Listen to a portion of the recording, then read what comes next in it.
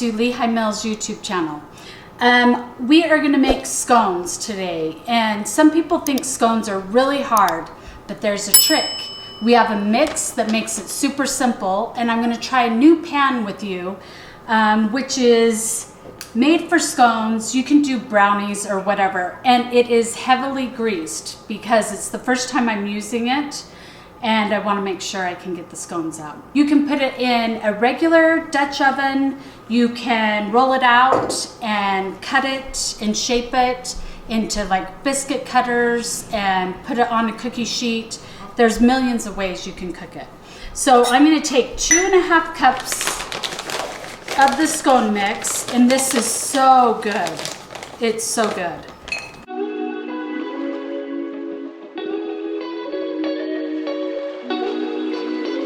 So 2.5 cups of the scone mix to 1/2 cup of water that I pre-measured. Then we've got,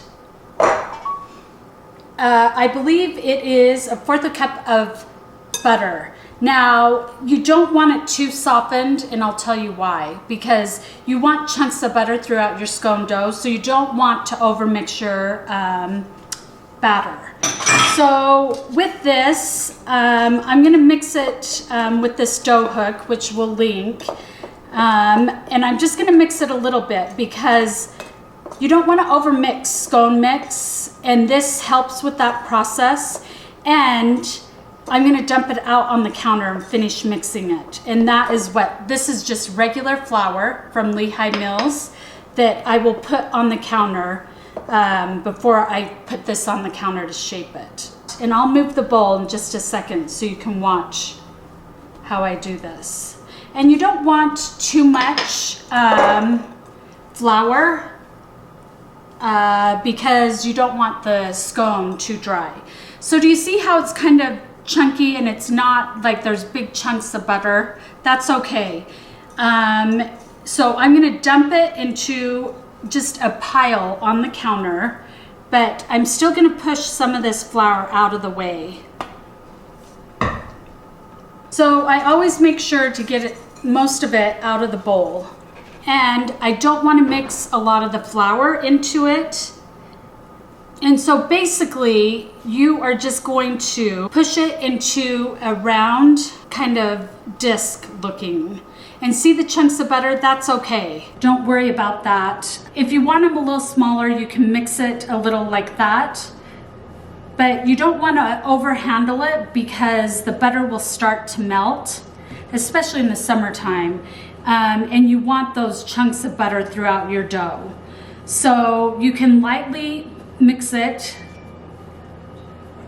until you feel like there's not too many big chunks of butter. Okay, so now that it's shaped, if you want to get a close-up and kind of look to see, there's bits of butter in it still, and you can see the texture, and that is great. That's what you want. Now, for purposes of our pan, I'm just going to lightly score it because I need 8 pieces to go in to this pan that I'm trying out today.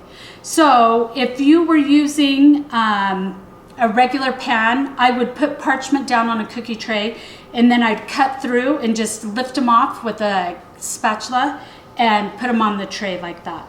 But I'm going to put it into this pan over here. The good thing about scones is, yes, they're used for tea parties and stuff like that, but they are unique and they're different, and the flavor is so amazing. This is orange cranberry. It is delicious.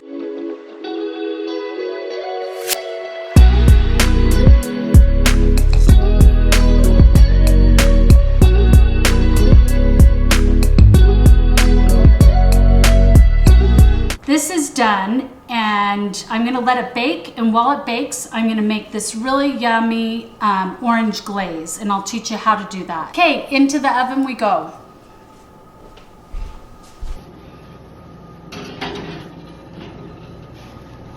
So I did preheat my oven to 350, And with ovens, you always want to preheat your oven for at least a half hour before you bake in it, because what happens is, you know, life is busy and you get impatient and you might put something in before it's completely up to that 350 degree and it won't cook the way that you want it to. So always preheat your oven as you start the recipe. Okay, for the glaze, there's a couple ways you can do it. I just like using powdered sugar, and I am going to add like 1/4 of a teaspoon of orange flavoring. Really not that much, because I'm going to use orange juice and orange zest. So I did that, and then I add, you can use heavy cream, milk, you know, or even water, anything you really have, because it's a basic glaze, and I keep adding till I have the consistency that I want for the glaze that goes on top of the scones. And the scones cook for about 8 to 10 minutes. So really they cook up really fast for breakfast when you have guests over, and they're really beautiful. And so you're looking for something that is pretty thin. So to that, I'm gonna add orange zest. Let me put that there. So make sure you wash your oranges. There's several different ways to get a zest from an orange. There's handheld ones, there's bigger ones. They all do about the same thing. And I never measure, but you can. I would say it's probably about a tablespoon or 2 of the orange zest.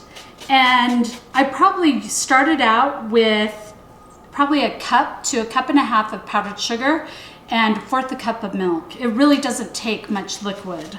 I decided that it was a little bit too thin by the time I added the zest. So I added more powdered sugar, probably another 1/2 cup. And you can see the orange zest in there. The other thing that I did not tell you is I used orange flavoring, but you can substitute that just for 1/2 teaspoon of vanilla.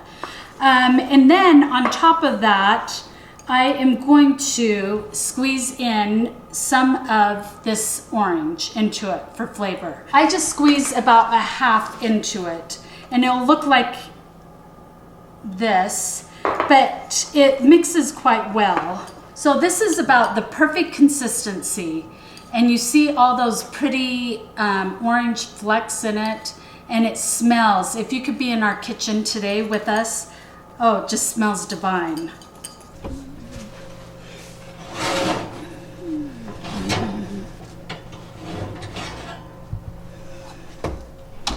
Now they're done.